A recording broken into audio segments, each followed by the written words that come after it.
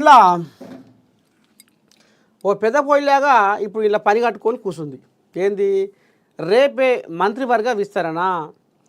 ఓ పెద్ద కోయిలాగా ఇక కాంగ్రెస్ పార్టీలో కరువు కాలం చూసిన కోయిలాగా ఏమనుకొస్తుందయ్యా అంటే షటో పాటో మరి ఇప్పుడు హైదరాబాదు రంగారెడ్డి జిల్లాల నుంచి మంత్రులు లేరు.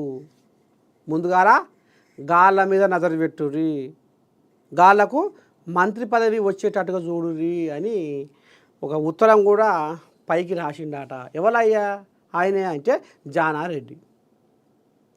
లేనిపోని కయ్యాలు పుడతాయి పార్టీలా.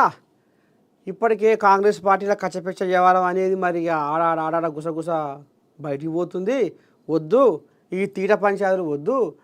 రంగారెడ్డి హైదరాబాదు ఈ జిల్లాలకు మంత్రులు లేరు, అందుకనే జర్ర ముందుగాల వీళ్ళ మీద నజరు పెట్టుర్రి అనేది మరి పెద్ద కోయిలాగా జానారెడ్డి కోయిలాగా ఉత్తరం రాసిందట పైకి. ఇక మరి అది ఏమవుతుందో ఏం కథో కానీ మొత్తానికైతే రాజగోపాల్ రెడ్డికి రంగారెడ్డి జిల్లా గండం. శ్రీహరి, వివేక్, సుదర్శన్ రెడ్డి ఖరారు. ఇది ముదిరాజు కోయిలాగా వాకిటి శ్రీహరి, వివేకు ఇక ఇది ఆదిలాబాద్ కోయిలాగా, సుదర్శన్ రెడ్డి ఇది బోధన్ కోయిలాగా. ఇక వీటికి వస్తట్టుగా జర్ర గుసగుస వినపడుతుంది. రాజగోపాల్ రెడ్డి లేదా రంగారెడ్డి నేతల్లో ఒకరికే ఛాన్స్.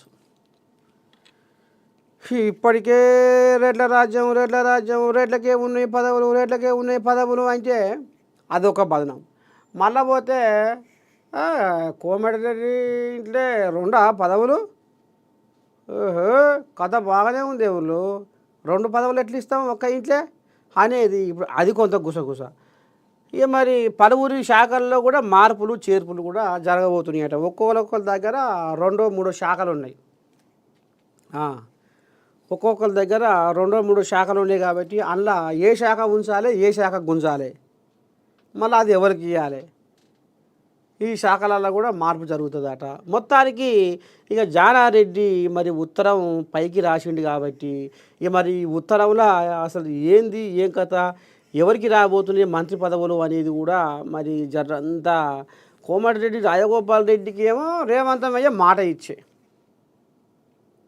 బువ్వ తినుకుంటా. మళ్ళా నువ్వు పార్లమెంటు ఎలక్షన్లల్లో ఈ చామల కిరాన్ని జర్ర పైకి గుంజుకొచ్చినావు అంటే నువ్వు ఏదంటే అదే పో అని మాట ఇచ్చి బువ్వ తినుకుంటా. ఎట్లా నేను ఇప్పుడు ఈ బువ్వ తినుకుంటా మాట ఇస్తే మరి రాజగోపాల్ రెడ్డికి ఏదన్నా పదవి ఇవ్వాలన్నా అంటే ఒక్కించే 2 పదవులా అనేది మళ్ళీ ఓ పక్కంగా. ఇక జానారెడ్డి ఏమో లేదు జర్ర మనం ఆచితూచి అడుగేయాలి, పుసుక్కున తొందరపడి అడిగేసి బోర్ల పడొద్దు అని ఇప్పుడు జానారెడ్డి పైకి నేరుగా ఉత్తరం పంపిండట. ఏమవుతుందో ఏం కదో ఈ మంత్రివర్గ విస్తరణ.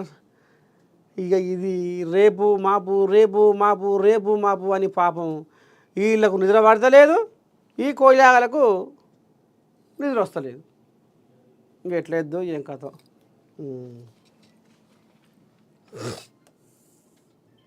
అబ్బా మీ ఘోరం పాడైపోను గారా. మయన్మార్లో ఆగని మృత్యుఘోష, 2700 దాటిన మరణాలు, ఇంకా తేలని లెక్కలు. బాబా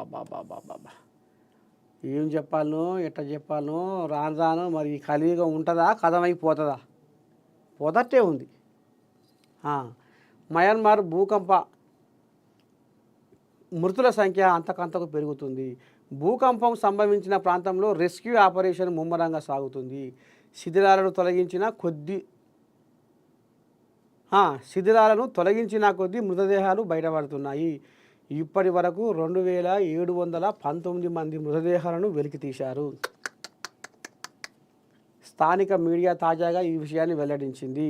మృతుల్లో 5 ఏళ్లలోపు చిన్నారులు